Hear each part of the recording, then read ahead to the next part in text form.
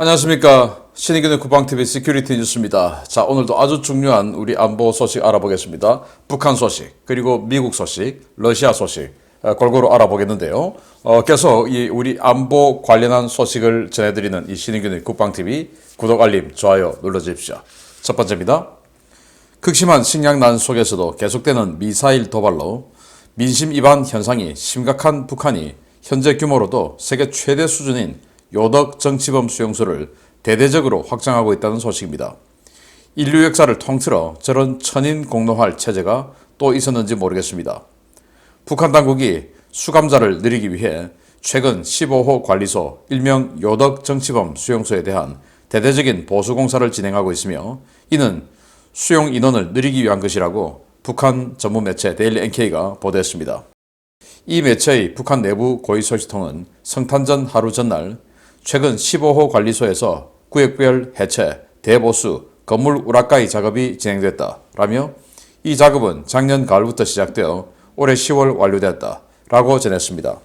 우라카이란 허물고 다시 짓는다는 일본식 표현으로 좁고 노후된 건물을 헐고 더 많은 인원을 수용할 수 있는 새 건물을 지었다는 것인데요.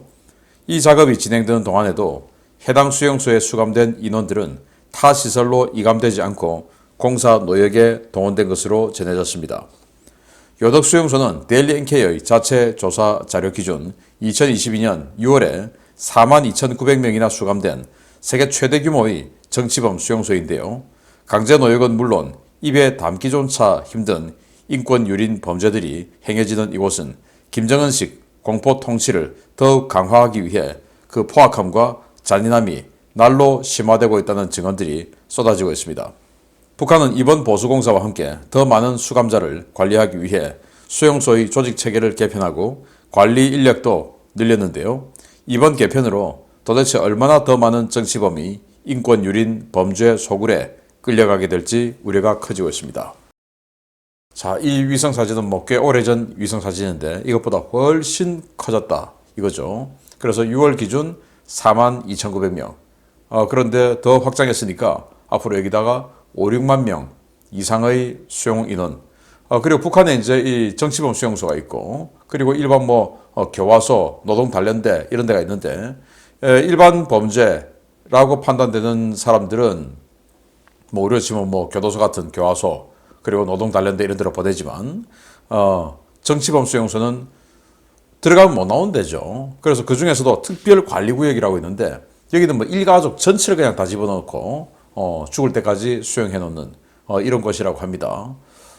이런 요덕 수용소 같은 정치범 수용소가 현재 알려진 것만 해도 북한에 6개. 그래서 이 요덕 15호 관리소, 그리고 명간 16호 관리소, 개천 14호, 18호 관리소, 그리고 전거리 교화소, 청진 25호 관리소, 이 정도가 있는데 이 요덕 수용소는 함경남도의 내륙에 있어요. 그래서 평안남도하고 접경 가까운 곳에 있는데 여기 이제 가장 잔악한 곳이다라고 알려져 있고 우리 한국에도 이 요덕에 있다가 탈출한 그런 사람들이 지금 활동하고 있는 분들도 있죠.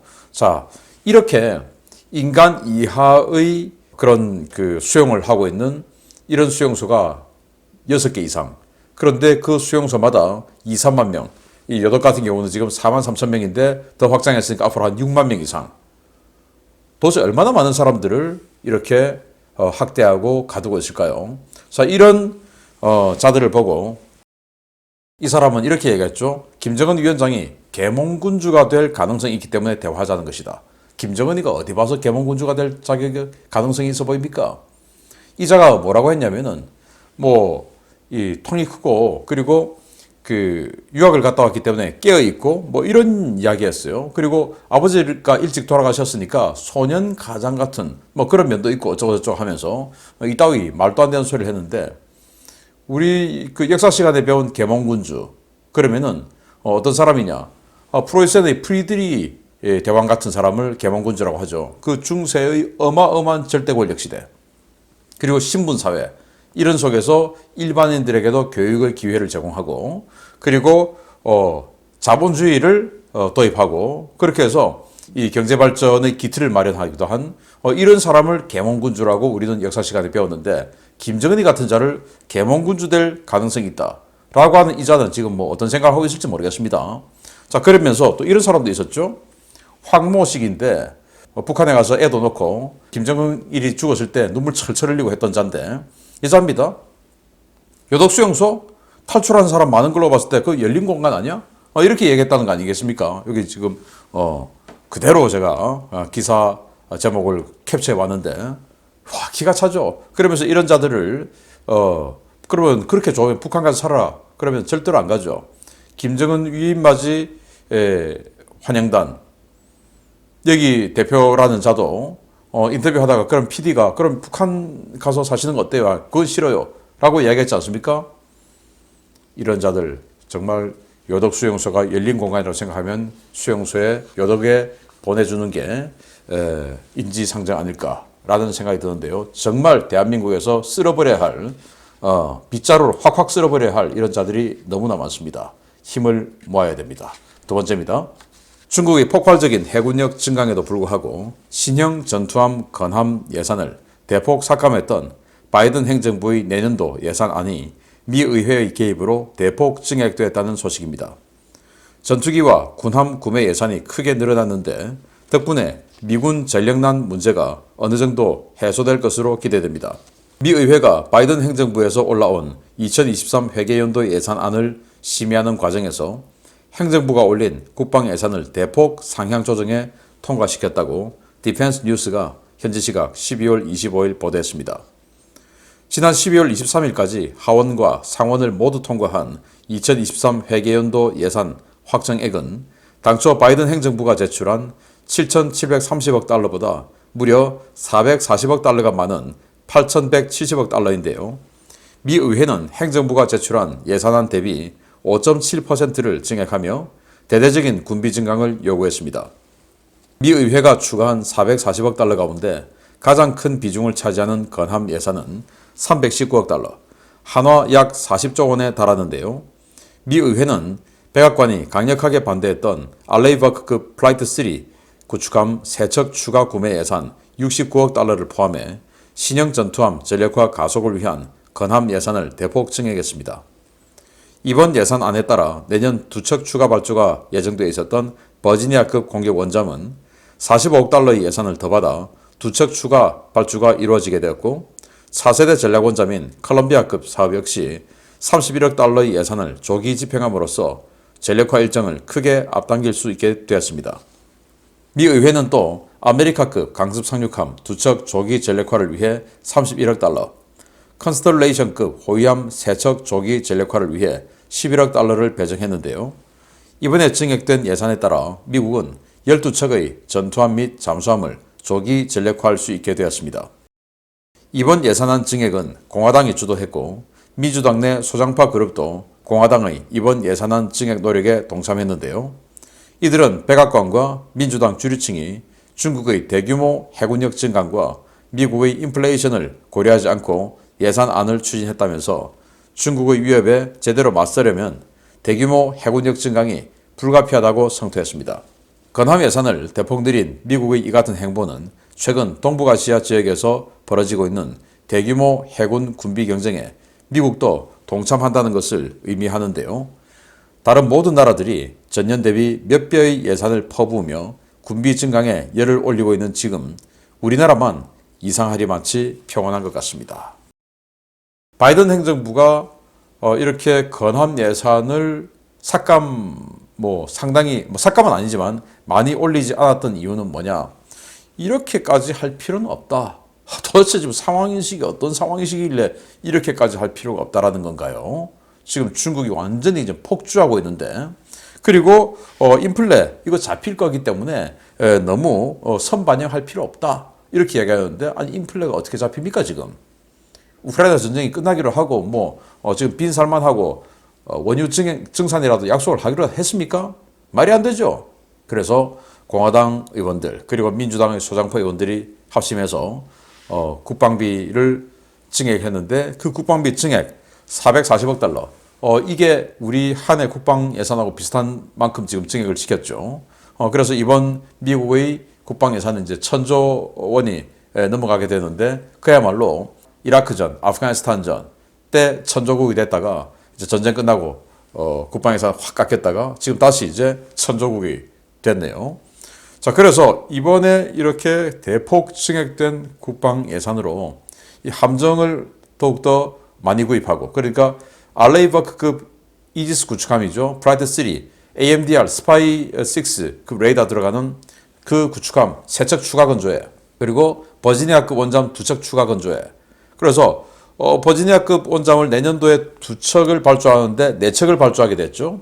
알레이버크급도 3척을 추가 건조하게 되어서 12척을 조기 건조 발주를 하는데 이 중에서 없던 게 이제 새로 생긴 거는 구축함 3척, 잠수함 2척이 새로 생기게 되었고, 국회의원들, 하원의원, 상원의원, 의원들 덕분이죠. 우리나라 의원들도 좀 보고 배워야 됩니다. 다른 생각이나 제가 뭐 비난은 하지 않겠습니다만은 어쨌든 국민들에게 썩 칭찬받지 못할 이런 데나 관심을 두고 하지 말고 정말로 국가 안보를 위해서 국방비를 증액하자라고 책상을 두드릴 수 있는, 또 그렇게 해서 합심할 수 있는 국회의원, 국방위원들, 그리고 정당이 되기를 기대합니다. 국가가 존립하려면 안보가 최고 아닙니까?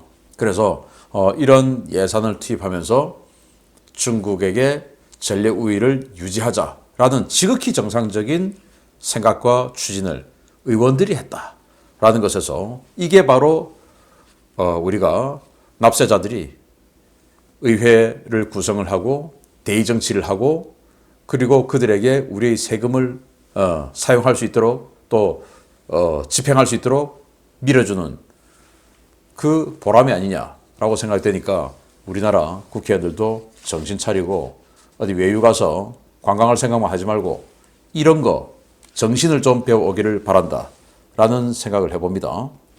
우크라이나 최일선 부대들에 공급되어야 할 무기와 탄약, 보급품들이 간부들에 의해 빼돌려져 유통되고 있다는 소식 여러 차례 전해드린 바 있는데요. 러시아에서 크리스마스 당일 불법 유출된 무기에 의해 큰 참사가 터졌습니다. 러시아 정말 국가 자체가 막장으로 치닫고 있는 모양새입니다. 크리스마스를 맞아 많은 사람들이 거리로 쏟아져 나온 12월 25일 저녁 러시아 보로네슈 지역의 도심 카페에서 한 남성이 카페에 수류탄을 투척하는 초유의 사태가 벌어졌다고 현지 통신사 리아 보로네슈가 현지 시각 12월 25일 보도했습니다. 사건은 보로네슈 도심 한복판의 포드고렌스키 상업지구의 류드밀라라는 카페에서 벌어졌는데요. 동원 예비군으로 소집되었다가 크리스마스를 맞아 부대에서 나온 몇 명의 군인들이 카페에서 술을 마시다가 다른 손님들과 시비가 붙으면서 발생했습니다. 당시 카페 안에는 주인과 종업원, 손님까지 36명의 사람들이 있었는데요. 다른 손님 중 한 명과 시비가 붙은 예비군 한 명이 주머니에서 수류탄을 꺼내 난동을 부리면서 카페는 그야말로 수라장이 되었습니다.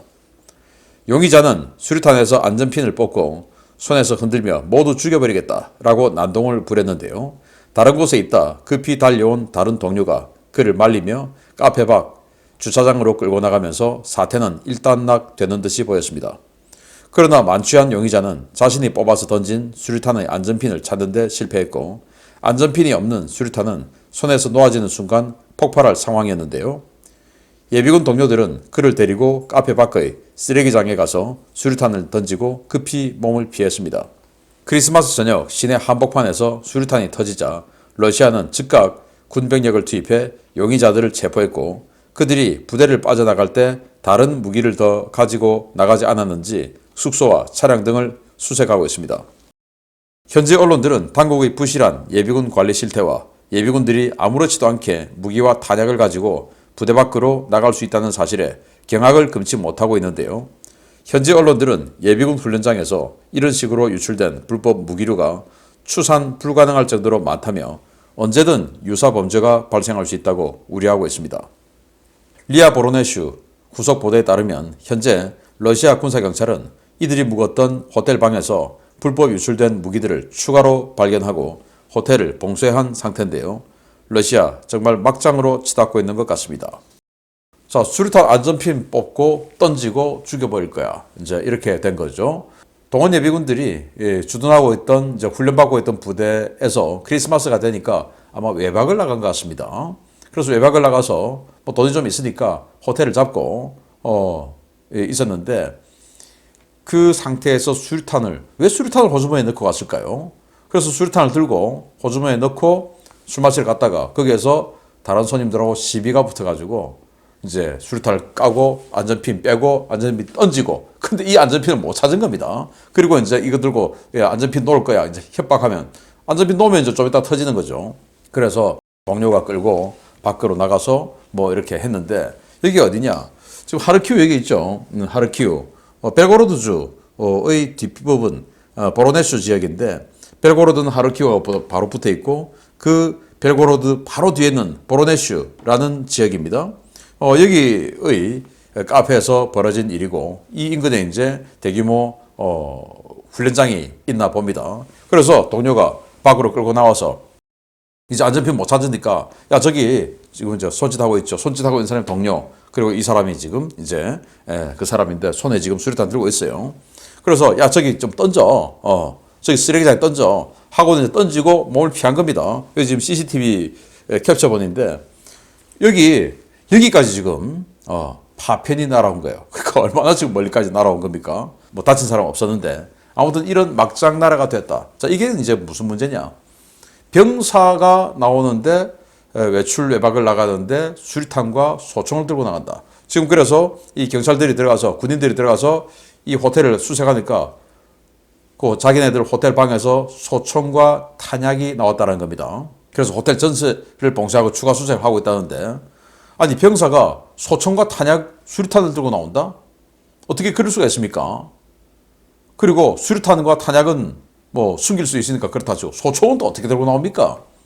완전히 그냥 부대 관리 그냥 개막장인 것이죠. 그런데 이게 또 무슨 문제냐? 자, 이런 식으로 병사조차도 이런 식으로 들고 나와서 판매하고 할 수가 있다면 장교는 얼마나 많이 지금 해먹고 있겠습니까? 그러면 이 무기들이 어디로 가겠습니까? 결국은 범죄자들에게 가겠죠. 러시아 마피아들. 마피아들에게 가겠고 또 거기서 흘러들어서 또 다른 이 나라로 판매가 되겠죠. 어마어마하게 지금 불법 무기들이 나와서 아마 제3세계로 또는 다른 범죄단체로 다른 국가의 범죄단체로 엄청나게 지금 팔려나갈 겁니다. 이 러시아, 우크라이나 이 지역에서 엄청나게 지금 유통이 흘러나가겠죠. 러시아 아마 이번 전쟁이 끝나더라도 사회를 안정화시키고 국가를 재건하려면 정말 수십 년 동안 힘들지 않을까라는 생각이 듭니다. 완전 막장으로 치닫고 있는 러시아. 괜히 전쟁이 일으켰죠. 마치겠습니다. 감사합니다.